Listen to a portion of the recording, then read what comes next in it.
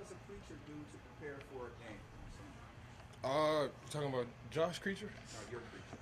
You know, I, Mike Tomlin, reiterated that, during this week. for me at this point in my career, I feel like it's mindset that really separates good teams from other good teams, and I just try to put myself in the best mental mind state that I could possibly be in. Of course, I'm gonna do everything I can possibly do to feel good come Sunday, like body work and all of those things. But I like to go into the game and have peace. I like to go into the game knowing I did everything that I possibly could to have success in this game, and that gives me peace. And whether we win or whatever the outcome may be, I'm at peace because I know I did everything that I possibly could do. And sometimes, the football guys, they just, not on your side, but they've had our favor for, a little bit here, and I just like to put myself in the best possible situation to have success. So that's what I do. If it's from a mental standpoint or a physical standpoint or an emotional standpoint, when I go into the game, I'm at peace. I don't know how many rookie quarterbacks you faced, but there's been quite a few. It's the difference, as far as looks that you can throw at a rookie versus this was Ben Roethlisberger 3 years ago. A long time ago, I just stopped, calling guys rookies and treating guys like rookies. And this is pro sports. Everybody's a professional, and that's how I go about it, whether it's on my team or anybody else's team. Everybody has been the man at some point in another. Maybe it's college or maybe it's high school, but they just have that it factor. To play at this level, you have that it factor, and you have talent, and you could, on paper, you could be the next Hall of Famer. So I like to give everybody that type of respect. It doesn't matter if he's a young quarterback or not. This offensive line is probably it's the best offensive line that we played this season. Chuk and Dan Moore, they do a really good job protecting the edges. They got a line full of tough guys, tough, smart guys. Played the Steelers last year. I always had respect for those guys, but they earned my respect. A little bit more after that game. They played really, really well. Blocked me up pretty good. So going to this game, they had my respect. Chuk is one of the best right tackles in the league. He don't get enough respect, but I give it to him. Dan Moore, Texas A&M product. He's holding down the left tackle position too, and they got those guys on the inside playing at a high clip too. So it doesn't matter who they have back there at quarterback. Even though this young quarterback, he's talented, I think this offensive line is really the difference maker, for the offense. He did light a spark for him, Vaughn. I mean, he rushed for a couple of touchdowns, had him up 10 points in the game, and then 3 interceptions. What have you seen, from him on tape, or what's your early read on? Yeah, I mean, he hasn't had that many. He hasn't had that many, attempts. I think it's 13 pass attempts. I think when you pick it up, those interceptions that obviously go down, and the mistakes obviously go down. They got my respect. I'm not coming to this game, with I'm not coming to this game, off guard or anything. I'm treating this game like they're the Pittsburgh Steelers, which they are. I'm still coached by Mike Tomlin. I got a whole lot of respect for Mike. I was with Mike Tomlin at the Pro Bowl. I always heard, great stories about him, but being on his staff and being on his team for a week, it really showed me why people fall in love with Mike Tomlin and that whole organization. So, it doesn't matter what their record says. It doesn't matter who they have at quarterback. Their core players. Their core players are still their core players. This offensive line, this receiver core is still good. Defense is playing Steelers football. Cameron Hayward, he's part of my draft class. Still going crazy. Minka Fitzpatrick is going crazy as well. So, just got a lot of respect for all those guys. Malik Reed, I played with Malik in Denver. Alex Highsmith is obviously the sack leader, coming into this week.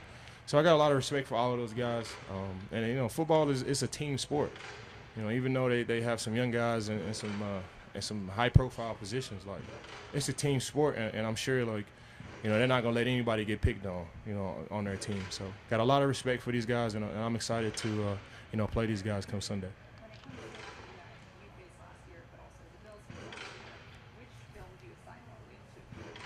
I watch everything. I'm really a sicko.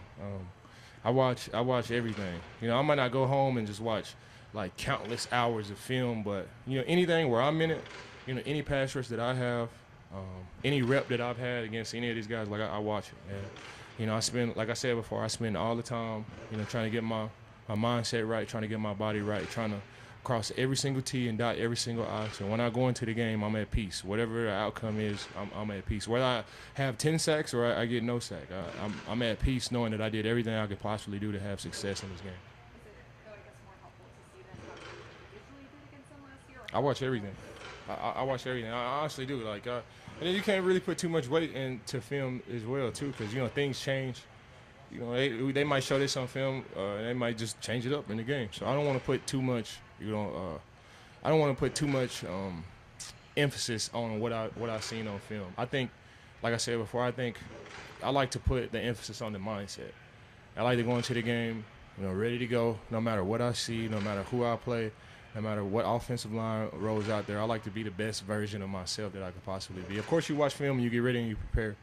But for me, at year 12, I try to have a clear mind, and I try to put myself in a place mentally where I know, like, whatever happens in this game, like, I'm prepared for it.